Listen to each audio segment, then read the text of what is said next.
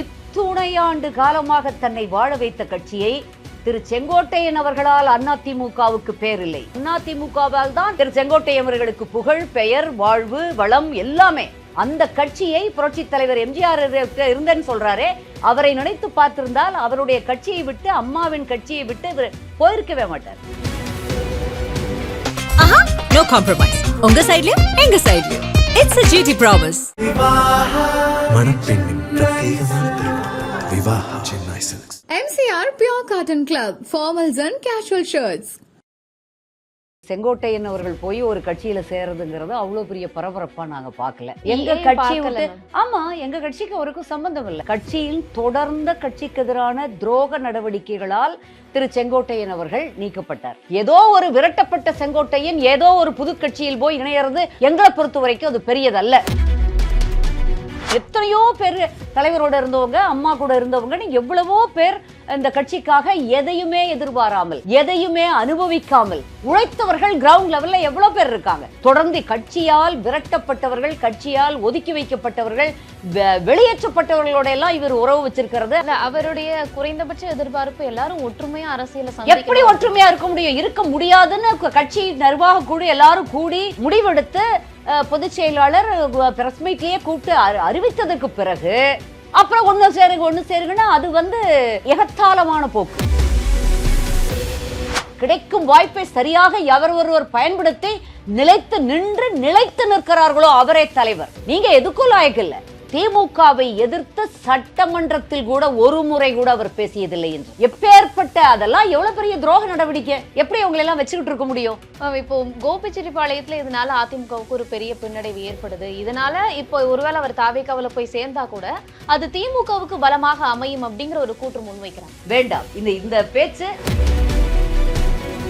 சசிகலா அம்மையாரை சொல்கிறீர்கள், TTV Dinakaran, OPS, இப்ப செங்கோட்டையன், யாராவது ஒருவர் இந்த மாநிலத்தின் நலனுக்காக உழைத்திருக்கிறார்களா? தாங்கள் சார்ந்த சமூகத்துக்காவது குறைந்தபட்சம் உழைத்திருக்கிறார்களா? இவர்களெல்லாம் வாழ்க்கை முழுக்க தவறுகளையே செய்து வாழ்ந்தவர்கள், தவறுகளுக்கு மட்டுமே உதாரணமாக காட்டப்பட வேண்டியவர்கள். அவங்க அப்ப அதிமுகவில் இருக்கும்போது இந்த மாதிரியான குற்றச்சாட்டு அது கொடநாடு கேஸ்ல இப்ப வரைக்கும் நம்ம தனிநபர் ஆணையம் அவங்களுடைய அறிக்கை தாக்கல் பண்ணிட்டாங்க. அது சம்பந்தமா எந்த நடவடிக்கை எடுக்கல. எடப்பாடி அவர்களுக்கும் MK ஸ்டாலின் அவர்களுக்கும் ஒரு மறைமுக டீலிங் இருக்குது, அது அப்படியே தான் இருக்கும் அப்படின்னு ஒரு குற்றச்சாட்டு தொடர்ச்சியா இருக்குமா? இந்த மாதிரியான பொய் வழக்குகள் உள்ள இருந்தவங்களே இவ்வளவு நாளா தெரியலையா செங்கோட்டையனுக்கு? அதெல்லாம் இவ்வளவு நாளா பேசல. இப்ப திடீர்னு வெளியில போனதுக்கு அப்புறம் ஒரு அவ்வளவுதான்மா. சுயநலவாதிகள், பேராசை கொண்டவர்கள், அவரால் பாதிக்கப்பட்டவர்கள் மட்டுமே வாக்களித்தாலே நம்ம ஜெயிச்சிருவோம். அவ்வளவு பேர் பாதிக்கப்பட்டிருக்காங்க. துணை ஆண்டுகளாக அவர் ஒருத்தரை வாழ விடல. தொடர்ச்சியாக தாவேகா சார்பாக நடத்தக்கூடிய எல்லா கூட்டத்திலையும் இந்த 2026 சட்டமன்ற தேர்தல் களம் அப்படிங்கிறது திமுகவிற்கும் தாவேகாவுக்குமானதுதான் அப்படிங்கிற கூற்றை அவங்க முன்வைக்கிறாங்க. அவங்க கட்சி சார்பா வைக்கும்போது அப்படிதான் இருக்கும். என்ன சொன்னாலும் அதிமுகவை மறுதளித்து விட்டு இங்கே அரசியல் இல்லை. கண்டிப்பா நாங்கெல்லாம் குவைட்டா இருக்கோம். அம்மாவால் பயிற்றுவிக்கப்பட்டவர்கள், நம்பிக்கைக்குரியவர்களாக நடந்துக்கணும். ரட்ட நாக்கெல்லாம் இருக்கக்கூடாது. ஒரே சொல், ஒரே முடிவு, அது எடுத்த முடிவில் உறுதி. அது இப்படி பாத்தீங்கன்னா எங்கள் பொதுச் செயலாளர் எடப்பாடியார் தான் அப்படிப்பட்ட தலைவர். வாரிசு அரசியலுடைய உச்சபட்ச கொடுமை தமிழ்நாட்டில் நடந்து கொண்டிருக்கிறோம். அடுத்த அரியணைக்கு அடுத்தவர் தயார். திமுகவுமே அதை அக்செப்ட் பண்ணிக்கிட்டாங்க அப்படிங்கிற. என்ன பண்ணுவாங்க? ஒரு உள்ள நினைக்கிற குமர்ற ஒரு தொண்டன் என்ன செய்வான்? பரவாயில்ல, கட்சி நல்லா இருந்தா சரின்னு ஏத்துவான். இல்லைன்னா பேரறிஞர் பிறந்த அண்ணா வளர்க்கப்பட்டவர்கள் இங்க யார் இருக்கா? வருத்தத்தோடு சொல்கிறேன், திமுகவின் அழிவு காலம் தொடங்கிவிட்டது. கலாட்டா நேயர்களுக்கு வணக்கம். இன்று நம்மோடு பேசுவதற்காக அதிமுக செய்தி தொடர்பாளரும் ஊடகவியலாளருமான கலைமாமணி நிர்மலா பெரியசாமி அவர்கள் நம்மோடு இணைந்திருக்கிறார். வணக்கம் மேம். வணக்கம் பானு. எப்படி இருக்கீங்க? ரொம்ப நல்லா இருக்கேன். நீங்க எப்படி இருக்கீங்க? நல்லா இருக்கேன். நேத்துல இருந்து ஒரு ஹாட் டாபிக் அப்படின்னா செங்கோட்டையன் அவர்கள் தாவேகாவில் இணைய போறதா சொன்னாங்க. இன்னைக்கு காலையில அதிகாரப்பூர்வமா இணைஞ்சாச்சு. விஜய் அவர்கள் அந்த சால்வெல்லாம் அணிவிச்சு ரொம்ப மிகப்பெரிய ஒரு பரபரப்பான பேச்சா இருக்குது. இதுல உங்களுடைய முதற்கட்ட பார்வை என்னவா இருக்கு மேம்? முதல்ல நீங்கள் சொன்ன ஒரு பரபரப்பான பேச்சு, ரொம்ப மிகப்பெரிய ஒரு என்ன சொன்னீங்க, ஒரு வார்த்தை சொன்னீங்களே, மிகப்பெரிய பேச்சாக இருக்கிறது. அதை நான் மறுக்கிறேன். அது அது அவ்வளோ பெரிய பேச்சும் இல்லை. அவ்வளோ பெரிய அளவுக்கு ஒரு செங்கோட்டையன் அவர்கள் போய் ஒரு கட்சியில் சேர்றதுங்கிறது அவ்வளோ பெரிய பரபரப்பாக நாங்கள் பார்க்கல. எங்க கட்சி விட்டு, ஆமா, எங்க கட்சிக்கு அவருக்கும் சம்பந்தம் இல்லை. அவர் கட்சியிலிருந்து நீக்கப்பட்டு விட்டார். கட்சியில் தொடர்ந்த கட்சிக்கு எதிரான துரோக நடவடிக்கைகளால் திரு செங்கோட்டையன் அவர்கள் நீக்கப்பட்டார். அவரை மேம், பத்தி என்ன நாங்க துரோகம் பேசுறதுக்கு செஞ்சுட்டாரு மேம்? பாருங்க, அதிமுக இதை வந்து நீங்க எல்லா இடத்துலயும் சொல்லியாச்சு. தொடர்ந்து எங்க பொதுச் செயலாளரே எல்லாரும் பிரஸ்ஸை கூப்பிட்டு முழுமையாக அதை பத்தி என்னென்ன செஞ்சாருன்னு லிஸ்ட் அவுட்டே பண்ணிட்டாங்க. எதிர்க்க பிறகும் மீடியாக்கள் வந்து செங்கோட்டையன் கேட்டா வி கெட் இரிட்டேட்டட். ஆக்சுவலி பேச வேண்டியது நிறைய இருக்கு. ஏதோ ஒரு விரட்டப்பட்ட செங்கோட்டையன் ஏதோ ஒரு புது கட்சியில் போய் இணையறது எங்களை பொறுத்த வரைக்கும் அது பெரியதல்ல. இல்ல மேம், அவர் தான் அவங்களும் இன்னும் தங்களை ப்ரூவ் பண்ணல. தங்களை தாங்களே 20 விழுக்காடு இருக்கு, 26 விழுக்காடு இருக்குன்னு ஒவ்வொருத்தரும் சொல்லிக்குவாங்க. இது வந்து இதுல போய் நம்ம அதையெல்லாம் களத்துல வந்து நின்று மக்களிடம் வாக்குகளை பெற்ற பிறகுதான் நம்ம சொல்ல முடியும். கண்டிப்பா. அதனால இவருக்கு இனி போக்கிடம் இல்ல, ஏதோ ஒரு பக்கம் திமுக போவாருன்னு நினைச்சோம். இங்க கொஞ்சம் பெட்டர் ஆஃபர் இருந்ததோ என்னவோ தெரியல, அங்க போயிருக்காரு. விஜய் கட்சியில நிறைய பணம் செலவு செய்ய வேண்டும் கட்சிக்காக, இதற்காகவெல்லாம். அதற்கெல்லாம் எவ்வளவு தூரம் செங்கோட்டையன் அவர்கள் இடம் எடுப்பாரு, எவ்வளவு தூரம் ஈடு கொடுப்பாருங்கிறது பெரிய கேள்விக்குறியாக இருக்கிறதாக அவர்கள் பகுதியில் அவரை பற்றி நன்கு அறிந்தவர்கள்லாம் சொல்ல கேட்கிறோம். அதனால இது ஒரு பெரிய மேட்டர் இல்லைங்கம்மா என்னை பொறுத்த வரைக்கும். மேம், இப்போ எம்ஜிஆர் காலத்துல இருந்து இருந்த ஒரு அரசியல் தலைவர் அப்படின்னும் போது நம்ம அதை எளிமையா நீங்க சொல்ற மாதிரி கடந்து போயிட முடியாது. எங்க ஐயா அவைத்தலைவர் தமிழ் மகன் ஹுசைன் அவர்களை விடவா இவரெல்லாம் சீனியர்? எவ்வளவு வயதானவர், எவ்வளவு ஒரு கட்சி மேல ஒரு பிடிப்பு. அவர் இவரை மாதிரி இத்தனை தடவை எம்எல்ஏவா இருந்தாங்களா? யாரு என்னவா இருந்தாங்க? எத்தனையோ பேர் தலைவரோட இருந்தவங்க, அம்மா கூட இருந்தவங்கன்னு எவ்வளவோ பேர் இந்த கட்சிக்காக எதையுமே எதிர்பாராமல், எதையுமே அனுபவிக்காமல் உழைத்தவர்கள் கிரவுண்ட் லெவல்ல எவ்வளவு பேர் இருக்காங்க. மேல் லெவலையும் நிறைய பேர் இருக்காங்க. ஐயா பொன்னையன் அவர்கள் இருக்கிறார். அவர்களாம் முன்னாள் அமைச்சராக இருந்தால் கூட கட்சியோட ஒரு பிரியத்தோட இருக்காங்க. அவங்கெல்லாம் ஒரு லாயல்ட்டி, விசுவாசத்தோடு. அதுதான் வேணுமே தவிர இருந்துட்டு பொதுச் செயலாளரையே எதிர்த்து கேள்வி கேட்கறது, கட்சி விரோத நடவடிக்கைகள்ல தொடர்ந்து கட்சியால் விரட்டப்பட்டவர்கள், கட்சியால் ஒதுக்கி வைக்கப்பட்டவர்கள், வெளியேற்றப்பட்டவர்களோட எல்லாம் இவர் உறவு வச்சிருக்கிறது, அதை பப்ளிக்கா எடுத்து வேணும்னே ஒரு இரிட்டேட் பண்ற அளவுக்கு தொண்டர்கள் இரிட்டேட் ஆகுறாங்க. பொதுச் செயலாளர் இருந்து தொண்டர்கள்ல இருந்து மேல வரைக்கும் எல்லாரும் இரிட்டேட் ஆகிற அளவுக்கு என்ன இவங்களை ஏதாவது என்ன பண்ணுங்கன்னு அவரே வாலண்டியரா வெளியேற்றும்படி அவர் நடந்துக்கிட்டாரு. அதுக்கு மேல என்னமா சொல்றது? அவருடைய குறைந்தபட்ச எதிர்பார்ப்பு எல்லாரும் ஒற்றுமையா அரசியல எப்படி ஒற்றுமையா இருக்க முடியும்? இருக்க முடியாதுன்னு கட்சி நிர்வாக குழு எல்லாரும் கூடி முடிவெடுத்து பொதுச் செயலாளர் பிரஸ் மீட்லயே கூப்பிட்டு அறிவித்ததற்கு பிறகு அப்புறம் ஒன்று சேருங்கன்னா அது வந்து எகத்தாளமான போக்கு. அதாவது நாம் ஏதோ ஒன்று அவருக்கு வெளியில போகணும், வெளியில போறதுக்கு அவருக்கு தோணிடுச்சு, ஏதோ ஒரு ரீசன் வேணும். இல்லைன்னா அப்படியெல்லாம் யாராவது பண்ணிட்டு எந்த கட்சியில் வச்சிருப்பாங்களா? திமுகல வச்சிருப்பாங்களா? அப்படி இருந்தா இல்லை நேத்து வந்த தாவைக்கால வச்சிருப்பாங்களா? இன்னும் அவங்க யாரும் கூட ப்ரூவ் ஆகல. இது வரைக்கும் அவங்க வர்றது எல்லாமே உங்களுக்கு அவங்கள பற்றி நெகட்டிவா தான் எல்லாம் நடந்துகிட்டு இருக்குது. ஆனா கூட அவங்க வச்சிருப்பாங்களா? யார் வச்சிருப்பா? விடுதலை சிறுத்தைகள் வச்சிருப்பாங்களா? யார் வச்சிருப்பா? இப்படி ஒரு தொடர்ந்த கட்சிக்கு எதிராக கட்சி தலைமையவே கேள்வி கேட்கறது. உங்களை விட வயதில் இளையவராக இருக்கலாம், ஆனா பொறுப்பு அவர்கிட்ட வந்ததை உங்களால வச்சு காப்பாற்றிக் கொள்ள முடியவில்லை. கிடைக்கும் வாய்ப்பை சரியாக எவர் ஒருவர் பயன்படுத்தி நிலைத்து நிற்கிறார்களோ அவரே தலைவர். நீங்க எதுக்கும் லாயக்கு இல்லை. நீங்க ஏதோ ஒரு எம்எல்ஏவா இருந்தீங்க, தொடர்ந்து கிடைச்சு. இதுவரைக்கும் திமுகவை எதிர்த்து அவர் பேசியதே இல்லை என்று சொல்கிறார்கள். எங்கள் பொதுச் செயலாளர் அண்ணன் எடப்பாடியார் கூட அந்த பிரஸ் மீட்ல சொன்னாங்க. அப்பதான் நிறைய பேருக்கு தெரியும் திமுகவை எதிர்த்து சட்டமன்றத்தில் கூட ஒரு முறை கூட அவர் பேசியதில்லை என்று. அப்ப ஆமா, எப்பேற்பட்ட அதெல்லாம் எவ்வளவு பெரிய துரோக நடவடிக்கை. எப்படி அவங்களை எல்லாம் வச்சுக்கிட்டு இருக்க முடியும்? அதாவது எல்லாருக்கும் நைஸா நடந்துகிட்டு ஏதோ ஒரு பதவியில ஒட்டிட்டு இருக்கணும். இப்ப அவருக்கு ஏதோ ஒரு நம்பிக்கை இழந்திருக்கிறார். வேற எங்காவது போனா நம்பிக்கை கிடைக்கும் நினைச்சிருக்கு. மேம், இப்போ திமுகவை பத்தி எந்த ஒரு இடத்துலயுமே சட்டமன்றத்துல கூட கேள்வி கேட்கல அப்படின்றீங்க. இவ்வளவு நாளா விமர்சனத்துக்கு உள்ளாகாத ஒரு விஷயம் இன்னைக்கு அவர் கட்சியில இருந்து வெளியில அனுப்பப்பட்டார் அப்படிங்கறதுனால விமர்சனம் ஆகுதா? இவ்வளவு நாளாக பொதுச் செயலாளரை அவர் ஏதாவது விமர்சித்தாரா? என்னென்ன குற்றச்சாட்டுகள் சொன்னார் அவாண்டமாக? என்னென்ன வந்து அவர் பேசியதை ஏதாவது அடுக்குமா? குடும்ப அரசியல் செய்கிறார் என்று எங்கள் பொதுச் செயலாளரை பார்த்து சொன்னாரே. எந்த குடும்பத்தில் இருக்கிறது ஒரு மகன் மனைவி எங்கேயாவது பார்த்திருக்கிறீர்களா? அவருக்கு ஒரு வேறு யாராவது ஒரு குடும்பத்தினர் வெளியே வந்து முகத்தை காட்டக்கூட எங்கள் பொதுச் செயலாளர் அனுமதித்ததில்லை. எல்லாம் அவங்கவுங்க கொஞ்சம் கூட கவலைப்படாம குடும்ப அரசியல் செய்து கொண்டிருக்கும் பொழுது, வாரிசு அரசியல் செய்து கொண்டிருக்கும் பொழுது எங்கள் பொதுச் செயலாளர் அவ்வளவு கண்ணியத்தோடு கவனத்தோடு நடந்துட்டு இருக்கிறப்போ அதையெல்லாம் சொன்னது எல்லாருனாலையும் பொறுக்க முடியல. வேணா அவருக்கு சில ஊதுகுழல்கள் இருக்கலாம், அந்த 200 ஊபிஸ் மாதிரி யாராவது வேணா அவருக்காக பேசலாமே தவிர இது வந்து எந்த விதத்திலும் திரு செங்கோட்டையன் அவர்கள் வெளியேற்றப்பட்டது சரி, வெளியேறியது எங்களுக்கு எந்த நட்டமும் இல்லை. தாராளமா போகட்டும், எங்கிருந்தாலும் வாழ்க. அவ்வளவுதான். இல்ல மேம், அப்படித்தான் சொல்லுவாங்க எங்க கட்சியில கேட்டீங்கன்னா. இப்போ கோபிச்செட்டிப்பாளையத்துல இதனால அதிமுகவுக்கு ஒரு பெரிய பின்னடைவு ஏற்படுது. இதனால இப்போ ஒருவேளை அவர் தாவேக்காவுல போய் சேர்ந்தா கூட அது திமுகவுக்கு பலமாக அமையும் அப்படிங்கிற ஒரு கூற்று முன்வைக்கிறாங்க. அடாடடடா, யார் முன் வச்சான்னு எனக்கு தெரியல. உங்களுக்கு கோபிச்செட்டிப்பாளையத்திலிருந்து எத்தனாயிரம் தொண்டர்கள் அவர் பின்னால் அணிவகுத்து சென்றதை நீங்க பார்த்தீங்க. நீங்க வந்து எத்தனை நிர்வாகிகள் அவர் பின்னாடி போனதை நீங்க பார்த்தீங்க. கொஞ்சம் பேரை காட்டினாங்க, அப்போ ஒரு 1000 பேரை. அதற்கு பிறகு அடுத்த நாளே வந்து எங்கள் பொதுச் செயலாளர் எடப்பாடியாரை சேலத்தில் சந்தித்து விட்டு சென்று விட்டார்கள். ஒருவர் கூட இல்லை அவர் பின்னால். அது வந்து அப்போ அவர்கள் எல்லாம் சேர்ந்து இந்த திமுகவை வெற்றி பெற வைக்கட்டும், தாவைக்காவை வாழ வைக்கட்டும், எங்களுக்கு ஒன்றும் இல்லை. அதாவது உதிர்ந்த இலைகள் இல்லை, உதிர்ந்தது வேற ஏதோ, அது போய் எங்கேயாவது சேர்ந்தா நமக்கு என்னங்கிற அளவுக்கு கடுமையாக தான் எனக்கு பேச தோணுது. வேண்டாம், இந்த பேச்சு அது இதோடு முற்று பெற்றது. அங்க போய் அவங்களுக்கு சேர்ந்த கட்சியில் அவர் நல்லா இருப்பார்னா இருந்துட்டு போறாரு, அதை பத்தி நமக்கு என்ன.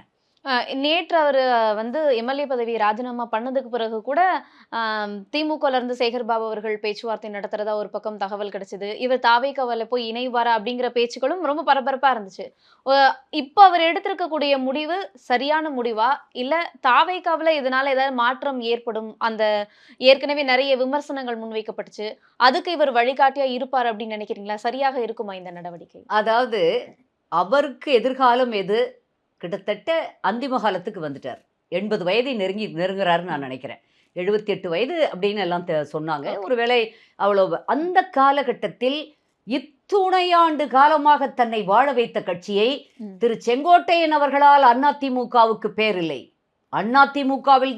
அதிமுகவால் தான் திரு செங்கோட்டையன் அவர்களுக்கு புகழ், பெயர், வாழ்வு, வளம் எல்லாமே. அந்த கட்சியை புரட்சி தலைவர் எம்ஜிஆர் இருந்தேன்னு சொல்றாரே, அவரை நினைத்து பார்த்திருந்தால் அவருடைய கட்சியை விட்டு, அம்மாவின் கட்சியை விட்டு இவர் போயிருக்கவே மாட்டார். அவர் ஏற்கனவே அம்மாவால் நீக்கப்பட்டவர், படு கேவலமான குற்றச்சாட்டுகளுக்கெல்லாம் ஆளானவர். இதன் மூலமாக எல்லாம் அதிமுக பலவீனப்பட்டு விட்டதாக நினைத்தால், கோபிச்செட்டிப்பாளையத்துல பெரிய வெற்றி வாய்ப்புன்னு சொன்னீங்க, எவ்வளவு பேர் போனாங்க? அதுலயே தெரியுமே அவருடைய செல்வாக்கு எவ்வளவு. அவருடைய ஆதரவாளர்கள் 100 பேர் சேர்ந்திருக்கிறதாவும் ஒரு தகவல். அது எத்தனை பேர் சேர்ந்தாங்கன்னு தெரியும். ஆதரவாளர்கள்னா எத்தனை பேர்? எல்லா இடத்துலயும் ஒருமே வாய்ப்பு இல்லாதவர்கள் எவ்வளவு பேர் இருப்பாங்க. ஒரு கட்சி புது கட்சி வரும்பொழுது ஒரு நம்பிக்கை வரும், இங்க வாய்ப்பு இல்லை நம்ம அங்க போலான்னு எல்லாரும் போகத்தான் செய்வாங்க. போறது தவறும் இல்லை, அங்க போய் வாழ்றதும் தவறு இல்லை. ஆனா எங்க கட்சியில அவர் இருந்தது நடவடிக்கை சரியில்லை. கட்சி தலைமை அவரை வெளியேற்றி விட்டது. நிர்வாகிகள் அத்துணை பேரும் சேர்ந்து அவரை இந்த முடிவை எடுத்தார்கள். அவ்வளவுதான் நம்ம சொல்ல முடியும். அப்படித்தான். ஆமா, அதனால அவரை விட்டுறலாம் என்ன கேட்டா. புகழேந்தி அவர்கள் கூட என்ன நடக்குதுன்னே தெரியல. யாருங்க புகழேந்தி? அதிமுக ஒருங்கிணைப்பு குழுக்கும் எங்களுக்கு என்னங்க சம்பந்தம்? அதை ஏன் என்னங்க எங்கிட்ட கேக்குறீங்க? இல்ல மேம், சகோதரர் புகழேந்தி எனக்கு நல்ல அறிமுகமானவர், நல்லா பழகக்கூடிய தன்மையானவர். அவருக்கும் அதிமுகவுக்கும் என்ன இருக்கு? தொண்டர்கள் உரிமை அதெல்லாமே ஒரு ஏமாற்று வேலைமா. அதெல்லாமே வந்து தம் கூட இருக்கிற அந்த சொற்பமான எண்ணிக்கையில் உள்ளவர்களை கூட வச்சுக்கிறதுக்காக அந்த தலைவர்கள் எடுக்கக்கூடிய முடிவு. அதனால ஒன்றும் அதிமுக ஒரு மாபெரும் இயக்கம். அது வந்து எங்களுக்கு வந்து எந்த பிரச்சனையும் இதனாலெல்லாம் இல்லை. திரு பெங்களூர் புகழேந்தி அவர்களுக்கு எத்தனை பேர் அவருக்கு சொல்றதுங்களாங்கிறதுக்காக, அவர் வேண்டான்ட்டாங்கிறதுக்காக எத்தனை பேர் அவருக்கு வாக்காளர்கள் எவ்வளவு பேர் மாறுவாங்க. கூட அதிமுக திருப்பி ஒன்றிணையும்ங்கிறதுல நம்பிக்கை இல்லை அப்படிங்கிறது போல பேசி இருந்தாரு. அவருக்கு கருத்து சொல்றதே, அந்த கருத்துக்கு பதில் சொல்றதே தேவையில்லை, அனாவசியம்னு நான் சொல்றேன். எனக்கு வந்து நம்ம வேற ஏதாவது பேசலாம். எதிர்கட்சி ஆளுங்கட்சி இன்றைக்கு ஆண்டு கொண்டு இருக்கிறது தவறுகளுக்கு மேல் தவறுகளாக செய்து கொண்டிருக்கிறது. அதை மக்கள்கிட்ட எடுத்து சொல்லணும். இதை அதிமுக ஆண்டு பொழுது எப்படியெல்லாம் நாங்கள் நல்லது செஞ்சோங்கிறத நினைவுபடுத்தணும். இதெல்லாம் தான் இன்னைக்கு ஒரு வாக்காளனுக்கு எஸ்ஐஆரை பத்தி பேசலாம். இதெல்லாம் தான் ஒரு வாக்காளனுக்கு அவசியமே தவிர இந்த விட்டு துரோகிகள், சுயநலவாதிகள், நீங்க எல்லாரையும் சேர்த்திக்கிங்கன்னு சொல்றீங்க. யார் இந்த தமிழர்களின் நலனை, நமது மாநிலம் தமிழ்நாட்டின் நலனை முன்னிறுத்தி இவங்க வெளியில போனாங்க? யார் இந்த தமிழ்நாட்டுக்காக உழைத்தவர்கள்? யார் அண்ணா திராவிட முன்னேற்ற கழகத்தின் இந்த இயக்கம், மாபெரும் இயக்கம், அந்த கழக பிடிப்போடு என்ன நடந்தாலும் சரி நான் இந்த இயக்கத்தில் இருப்பேன், தலைமைக்கு விசுவாசமாக இருப்பேன்கிறவங்க தான் உண்மையான தொண்டர். அப்படி யார் போனா? அப்படியா இவங்க யாராவது நீங்க சொல்லக்கூடிய யாரு? சசிகலா அம்மையாரை சொல்கிறீர்கள், டிடிவி தினகரன், ஓபிஎஸ், இப்ப செங்கோட்டையன், யாராவது ஒருவர் இந்த மாநிலத்தின் நலனுக்காக உழைத்திருக்கிறார்களா? தாங்கள் சார்ந்த சமூகத்துக்காவது குறைந்தபட்சம் உழைத்திருக்கிறார்களா? இப்போ சரி. ஓபிஎஸ் இல்லாதது முக்குளத்தூர் வாக்குக்கு ஒரு பின்னடைவு அப்படிங்கிற அப்படின்னு அவங்களா கிளப்பிக்கிறாங்க. மீடியால நீங்க கிளப்புறீங்க. எங்க கட்சியில இருக்கக்கூடிய முக்குளத்து சொந்தங்கள் எல்லாரும் அப்படியே தான் இருக்கிறாங்க. எல்லாரும் மாவட்ட செயலாளர் இருந்து கிளை செயலாளர் வரைக்கும் அந்தந்த பகுதியில் இருக்கக்கூடிய ஆதிக்க சமூகத்தினர் தான் அங்க இருக்கிறாங்க. அவங்க பாத்துக்குவாங்க. அவங்க முக்குளத்தோர் இல்லையா? அவங்க கள்ளர் மறவர் அந்த அகமுடையர் இல்லையா? அவங்க பாத்துக்க மாட்டாங்களா? ஒரு ஓபிஎஸ் இது வரைக்கும் அவங்க சமுதாயத்துக்கு என்ன நன்மைகள் பண்ணியிருக்கார்? முக்குளத்து சொந்தங்களுக்கு சசிகலா அம்மையாரும் டிடிவி தினகரனும் என்ன வாரி வழங்கி இருக்கிறார்கள்? பினாமிகள், தகுதி இல்லாதவர்களை மேலே நிறைய பேத்துக்கு பதவி கொடுத்துருப்பாங்களா இருக்கும். அந்த மாதிரி இருக்கிறவங்க தான் இருப்பாங்களே தவிர பினாமிகள் தான் அவங்களுக்கு பேசுறாங்களே தவிர கூட அவர்களால் பயன் பெறுபவர்கள் பயன் பெற்றவர்கள் தான் கூட இருப்பாங்களே தவிர ஒட்டுமொத்த சமுதாயமும் இருக்காது. என்ன முக்குளத்து சொந்தங்கள் சொல்றீங்களா? அவங்க என்ன மூக்கையா தேவர் வாரிசா? பசுமன் தேவரையாவோட வாரிசா? யார் அவர்கள்? யார் அவங்களெல்லாம் இருந்தா நீங்க சொல்லலாம். அப்படி அவ்வளோ நேர்மையானவங்க, அப்பா அப்படி தெய்வங்களைப் போல வாழ்ந்து மறைந்தார்களே, நம்ம இனத்தில் அப்படி ஒரு மனிதர் பிறந்ததே நமக்கு நாம் செய்த தவப்பயன்னு நினைக்கிற அளவுக்கு வாழ்ந்திருந்தா பரவாயில்ல. இவர்களெல்லாம் வாழ்க்கை முழுக்க தவறுகளையே செய்து வாழ்ந்தவர்கள், தவறுகளுக்கு மட்டுமே உதாரணமாக காட்டப்பட வேண்டியவர்கள். ஊழல், லஞ்ச லாவண்யங்கள், ஒரு எப்படி சொல்வது, எல்லாரும் இவங்க நீங்க சொன்ன 4 பேருமே இல்ல மேம். அவங்க அப்ப அதிமுகவுல இருக்கும்போது இந்த மாதிரியான அது குற்றச்சாட்டு ஆமா அது அம்மா காலத்திலிருந்து இருக்கிறார்கள். இப்ப பார்த்தா சசிகலா அம்மையாரை பொறுத்தவரை ஒன்று, அவர்கள் இயக்கத்தை இதுவரை பழிக்கவில்லை, பொதுச் செயலாளரை இதுவரை பழிக்கவில்லை. ஆனால் மிகப்பெரிய தவறாக தன்னை பொதுச் செயலாளர் என்றே இன்னும் நினைத்துக் கொண்டு பேசிக் கொண்டிருக்கிறார். அது ஒரு ஸ்ட்ராட்டஜியா நினைக்கிறாங்க. ஆனா அவர் ஒன்றை தயவு செய்து ஒரு நம்ம வயதில் மூத்தவர், அனுபவத்தில் மூத்தவர் என்ற முறையில் நமக்கு தோன்றது, ஒரு நிஜம் இருக்கிறது. ஒரு நிஜத்தின் பக்கத்தில் ஒரு மனிதர் இருக்கிறார். அவர் இருக்கும் பொழுதுதான் நிழலுக்கு வேலை. அந்த நிஜம் மறைந்து விட்ட பொழுது நிழல் இல்லாமல் போகிறது. நீங்கள் நிழலாக இருந்தீர்கள். நிஜம் என்ற அம்மா மறைந்ததற்கு பிறகு நிழலுக்கு வேலை இல்லை, நாம் இல்லை என்பதை உணர்ந்திருந்தா இங்கே வேற மாதிரி இருக்கும் சூழ்நிலை. அவருக்கு பெரிய மரியாதையும் அன்பும் பெருசா கிடைச்சிருக்கும். அதை அவர் நினைக்காமல் இன்னும் அவருக்குள்ள அவர் இருந்திருக்கலாம். அவருடைய மனதுக்குள் சென்று நாம் ஆராய்ச்சி பண்ண வேண்டியதில்லை. அவர் என்ன அவரை டிரைவ் பண்ணுது மனதுக்குள்ளைங்கிறது நமக்கு தெரியுது. ஆனால் அதற்கு வாய்ப்பில்லைங்கிறத அவர் புரிஞ்சுக்கணும். ஏன்னா இறைவன் அல்லது காலம் வேற மாதிரி முடிவெடுக்குது, வேற மாதிரி கொண்டு போகுது. அப்படிங்கிறப்ப உங்ககிட்ட அது கிடைக்கல. கரெக்டா நீங்க பதவி ஏற்க போறேன்னு சொல்லி அத்தனை 30 வருடங்களுக்கு மேல் ஒரு ஸ்கெட்ச் போட்டு எவ்வளவு பேரை வெளியேற்றி, எவ்வளவு பேரை ஒரு சிரமங்களை கொடுத்து, ஒரு அறிவானவர்கள் நல்லவர்களே இருக்கக்கூடாதுங்கிற மாதிரி கட்சியில தொடர்ந்து செயல்படுத்தியும் வந்தவர்களும் அறிவாற்றல் பெற்றவர்களாக இருக்கிறார்கள். உங்களுக்கு இருந்த வரைக்கும் லாயலா இருந்தாங்க. ஏன்னா அம்மா கூட இருந்தீங்க. அதனால அம்மா கொடுத்த மரியாதை உங்களுக்கு கிடைச்சது. இப்பவும் அந்த மரியாதை கிடைத்திருக்கும்.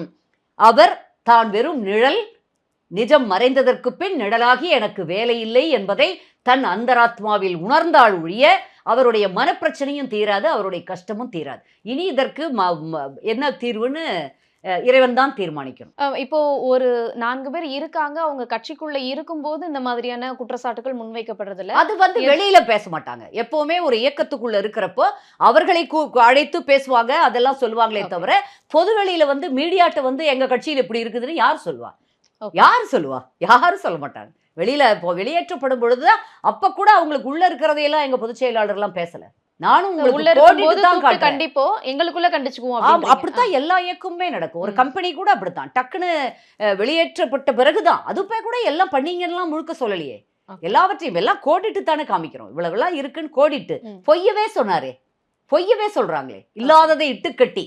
அப்படி ஏதாவது ஒரு நடவடிக்கை இருந்ததுன்னா, அப்படி ஏதாவது ஒரு தவறுகள் இருந்தா இந்நேரம் திமுக அரசாங்கம் எங்கள் பொதுச் செயலாளரை சும்மா விட்டுருக்குமா? போலீஸ் அவங்க கிட்ட இருக்கு. என்னவெல்லாம் நடவடிக்கை எடுத்தாங்க ஆட்சி அமைச்சதுக்கு பிறகு, என்னென்னலாம் ட்ரை பண்ணி பார்த்தாங்க எதுல பிடிக்கலாம் வரேன்னு, முடியலையே. அதுக்கு கூட இப்பயுமே ஒரு குற்றச்சாட்டு முன்வைக்கப்படுதில்ல மேம். கொடநாடு கேஸ்ல இப்ப வரைக்கும் நம்ம அந்த அறிக்கை தாக்கல் பண்ணிட்டாங்க.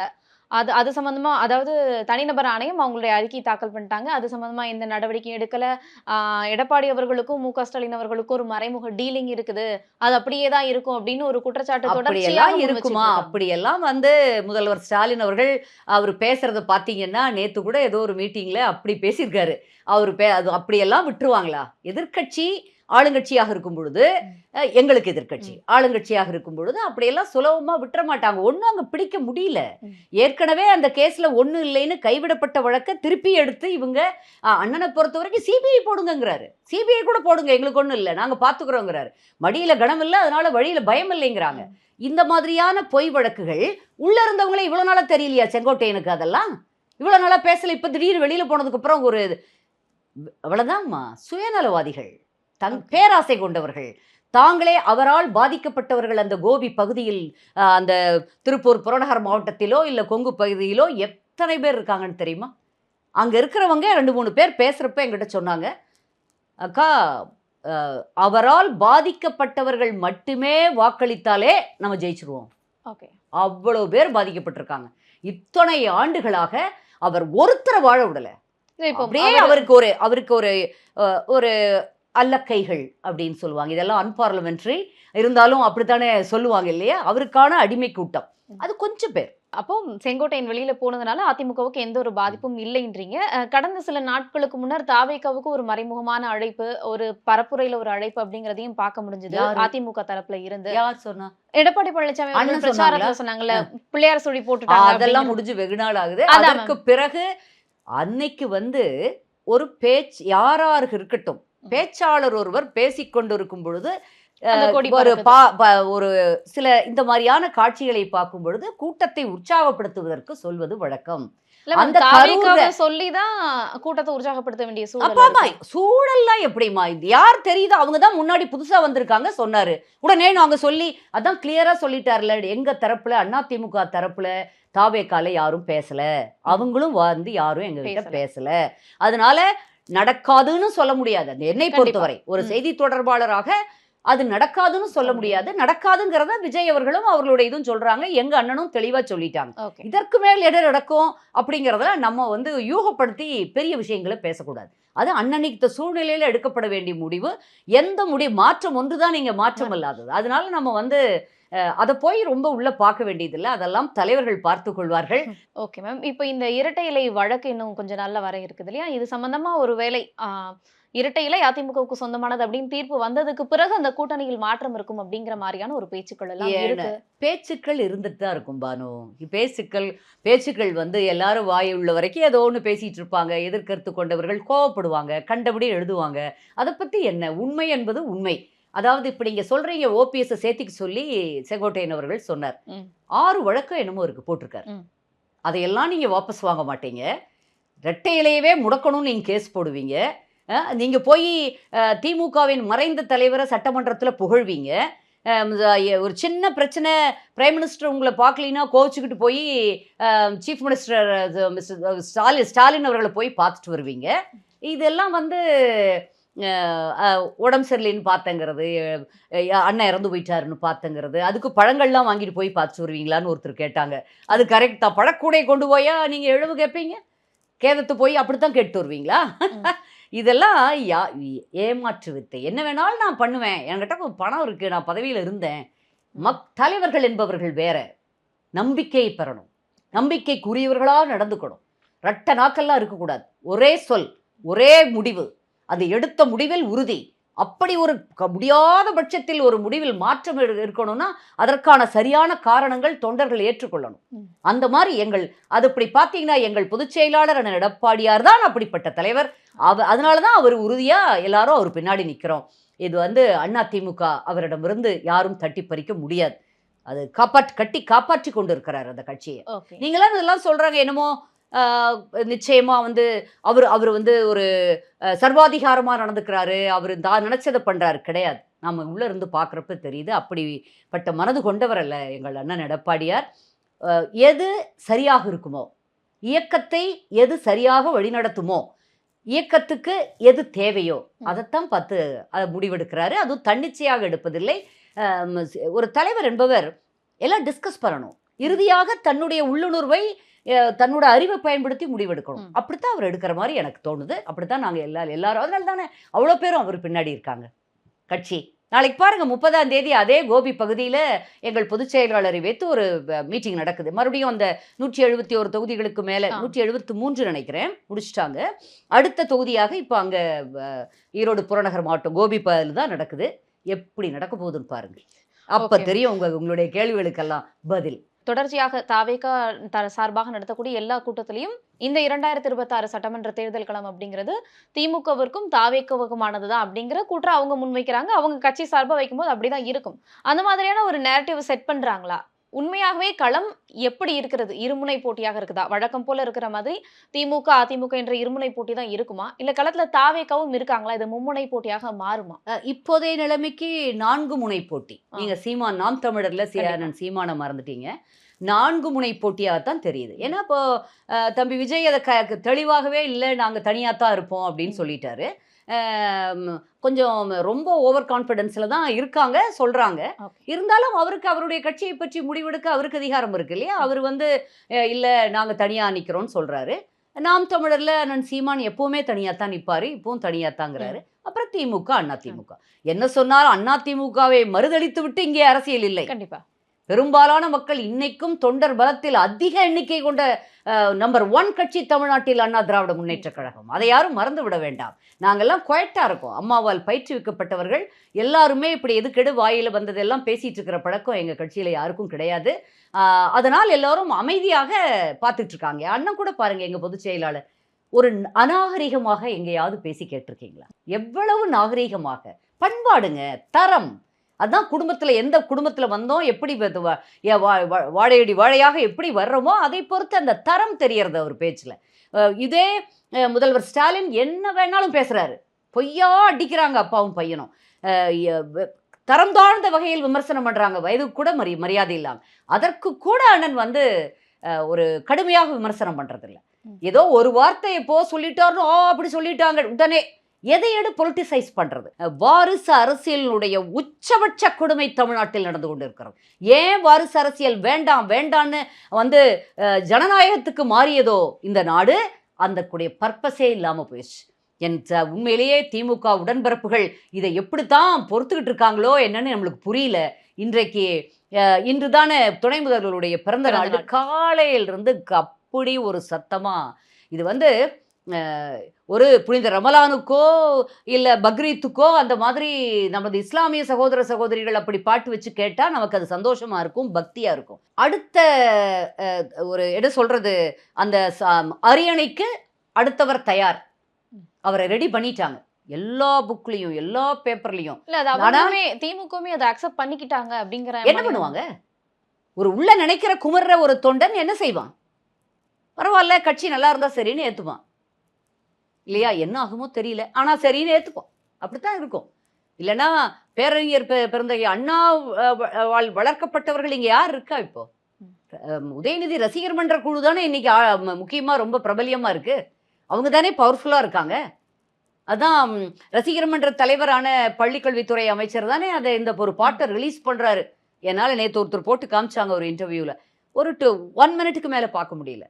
ஆனால் வருத்தத்தோடு சொல்கிறேன், பாவம் துணை முதல்வருடைய பிறந்த நாள் என்று அவர் நன்றாக இருக்கட்டும். ஆனால் திமுகவின் அழிவு காலம் தொடங்கிவிட்டது. அதைத்தான் உள்ளுணர்வில் நான் உணர்ந்தது. இதோட அப்படியே கொஞ்சமாக குறைஞ்சிடும். அடுத்த தலைவரையும் பெரியவருடைய கொள்ளுப்பேரணையும் தயார் பண்ணிட்டாங்க அவங்க. ஆனாலும் தமிழக மக்கள் இதையெல்லாம் அனுமதிப்பார்களா என்ற $1 மில்லியன் கொஸ்டின் இருக்குது. அதற்கு விடை இப்போ மே மாதம் தெரிந்துவிடும். ஆனால் நிச்சயமாக இப்படியெல்லாம் படாடோப அரசியலை தமிழக மக்கள் விரும்ப மாட்டார்கள், பார்த்து கொண்டே இருக்கிறார்கள். தங்களுக்கு உழைக்காதவர்கள் மக்கள் நலம்னு சொன்னா தான் பெற்ற மக்கள் நலம்னு அந்த குடும்பம் நினைச்சுக்குது. நம்ம என்ன பண்றது? மறைந்த தலைவர் பெரியவரும் அப்படித்தான் நினைச்சாரு. அடுத்து இப்போ முதல்வர் ஸ்டாலினும் அப்படித்தான் நினைக்கிறாரு. இந்த பையனுக்கு பாவம் என்ன தெரியும்? விளையாட்டு பசங்க ரொம்ப சந்தோஷமா எந்த கவலையும் இல்லாத விளையாட்டுத்துறை அமைச்சர் அதுல கரெக்டா கொடுத்துருக்காங்க. அது ஒண்ணுதான் கரெக்டா பண்ணியிருக்காரு நான் நினைப்பேன். இன்னொருத்தருக்கு தொழில்துறை மந்திரியா கொடுத்துருக்காரு, அவரை மட்டும் மன்னிக்கவே முடியாது. ஒரு பேசின இதெல்லாம் வெள்ளை அறிக்கை கேட்டா வெள்ளை பேப்பரை காட்டுறாரு. ஏன் வெள்ளை அறிக்கை கேட்டார் எதிர்கட்சி தலைவர்? எதற்கு? ஃபாக்ஸ்கான்ல எவ்வளவு பெரிய பொய். ஏன் கூகுளுடைய $15 பில்லியன் அதற்கான சைஃபர் எத்தனை போடணும்னு இவங்களுக்கு எல்லாம் தெரியுமா? இவங்க போய் அது அப்படியே போச்சே ஆந்திராவுக்கு. ஏன் போச்சு? இவங்க அவங்க பண்ணி கொடுக்க முடிஞ்சது ஏன் நம்மளால பண்ணி கொடுக்க முடியல? செமிகண்டக்டர் தொழிற்சாலை ஒன்று 4000 கோடிக்கு, அதே பாக்ஸ்கானுடையது. அது ஏன் அங்க போச்சு? குப்பத்துல போட்டிருக்காங்க. ஏன் போச்சு? எதனால்? இப்படி எத்தனை கிட்டத்தட்ட 50,000 பேருக்கான வேலை வாய்ப்பையும் ஒரு பல லட்சம் கோடி ஒரு இன்வெஸ்ட்மெண்ட்டையும் நம்ம இழந்திருக்கோம், முதலீடுகளையும். யாரால்? திறனற்ற ஒரு நெப்போக்கிட்டான தொழில்துறை மந்திரியால். இந்த குடும்பம் என்ன பண்றாங்க? திமுகவின் தலைமை குடும்பம், நான் திரும்ப திரும்ப எல்லாத்துலயும் சொல்றது, அவர் வாரிசு அரசியலுடைய முதல் வாரிசு குழந்தை, முதல்வர். அவர் பையனை உட்கார வைக்கணும். மறைந்த தலைவர் கருணாநிதி அவர்கள் என்ன பண்ணாங்கன்னா, தம் பையனை உட்கார வைக்கிறதுக்காக பதவிகள்ல அவருடைய சகாக்கள் சில பேர்த்துக்கும் அந்த லெவரேஜ் கொடுத்தாரு. அதே மாதிரி இவரும் ஒரு 3-4 பேர் முக்கியமானவங்க யாரெல்லாம் எதிர்த்து கேள்வி கேட்க முடியுமோ, யாரெல்லாம் மன வருத்தப்பட்டா பார்ட்டியில பிரச்சனை வருமோ, அவங்களுடைய குழந்தைகளுக்கெல்லாம் இந்தா நீ புடி, நீ இந்த அமைச்சரா இருந்துக்கோ, நீ எம்பியா இருந்துக்கோ, நீ எம்பியா இருந்துக்கோ, இல்ல நீ அமைச்சரா இருந்துக்கோ அப்படின்னு ஒரு டிஸ்ட்ரிபியூட் பண்ணிட்டாரு பதவிகளை எல்லாம். அப்ப யார் அது கேட்பா? அது ஒரு டெக்னிக். அவர்கள் தவறை மறைப்பதற்காக யாரெல்லாம் ஒரு இயக்கத்தில் கேள்வி கேட்க முடியுமோ அவங்க வாய் அடைச்சிடுறது பிஸ்கட் துண்டுகளை போட்டு. அப்போ அது மாதிரி தான் இப்போ அரசியல் ஆயிட்டு இருக்கு. ரொம்ப வருத்தமா இருக்கு. எவ்வளவு காலம் வாழ போறோங்கிறதே யாருக்கும் தெரியல. ஒரு உள்ளபடியே மக்களை நினைத்து இப்பதான் இந்த இடத்துல தான் பானு ரொம்ப நினைவு வருது. எங்கள் அண்ணன் எடப்பாடியார், எங்கள் பொதுச் செயலாளர் எப்படி ஆட்சி பண்ணார். விவசாயிகளுக்கு டெல்டாவை பாதுகாக்கப்பட்ட வேளாண் மண்டலமாக ஆக்கியது மட்டுமல்ல, அந்தந்த பகுதியில் இப்ப காவிரினா சரி, உபரி நீரை இப்ப இந்த டைம்ல உபரி நீரை மட்டும்தான் கர்நாடகா திறந்து விடுது.